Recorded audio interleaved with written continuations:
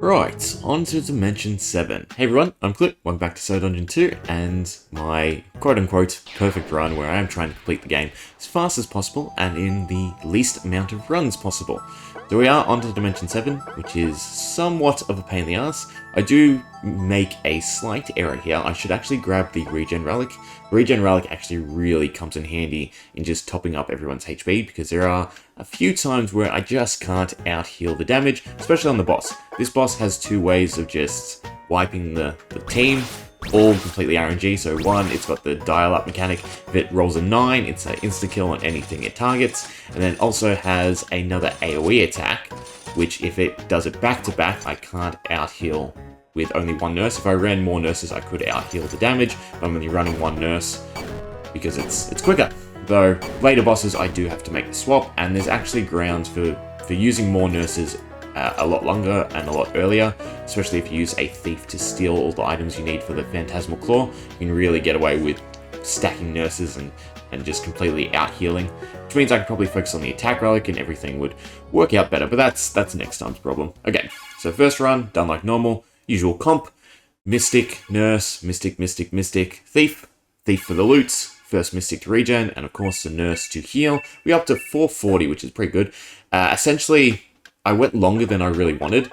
The whole premise behind this is to get a Skull Blade so that you can inflict burn. It is really important that you inflict burn on any of the bosses going forward. In fact, any stats, poison as well, why we use Dark Mages, is super important so that we can really speed up the clear times. I also got an Ozian Armor. Ozian Armor is pretty busted too, because it obviously allows us to apply burn to the group of enemies, plus it does more damage than Torment, and it's sometimes quicker than Noxin. I believe it's one of the ones where, depending how far the bubbles have to travel, reduces or increases the speed. So I'm pretty stacked in terms of items this time. We are going to do the arena since it's been about 2 hours, despite me doing it in segments, so we get our 75 free essence, which isn't a huge amount at this point, but it still does help.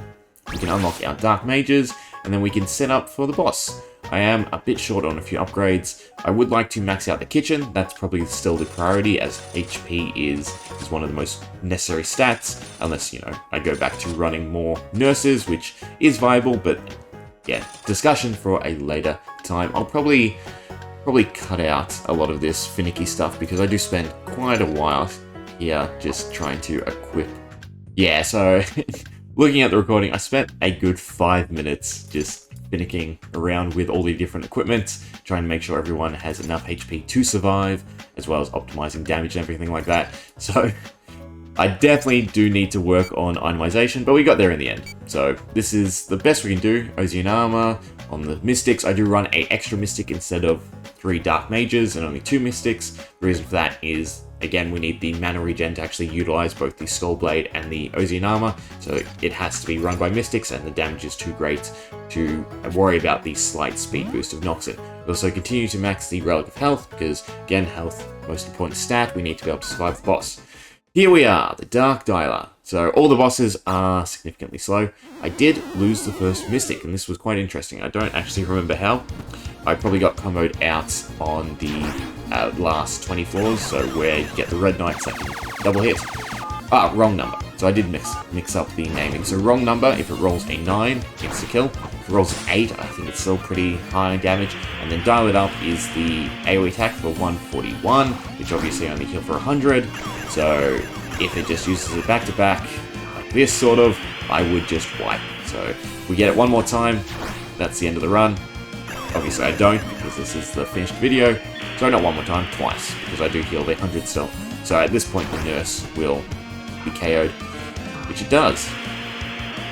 That's disappointing. But thanks to dots, we are safe. So that is why dots are super important, because it essentially allows us to turn it into a race. In roughly 5-6 rounds, if I get both poison and burn, we can beat any boss in the game. So super important that we do those two tactics. Our first run has to be about not getting as far as possible, but about getting a Skull Blade or Ozian Armor or anything to inflict burn. We can craft frying pans. It applying burn, it doesn't show any of the stats, but it is significantly lower than using abilities. Same with Noxon.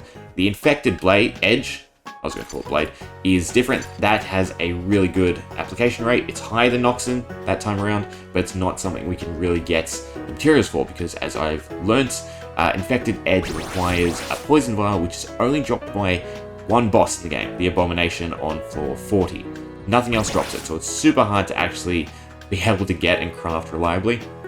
But still, that's the dimension done.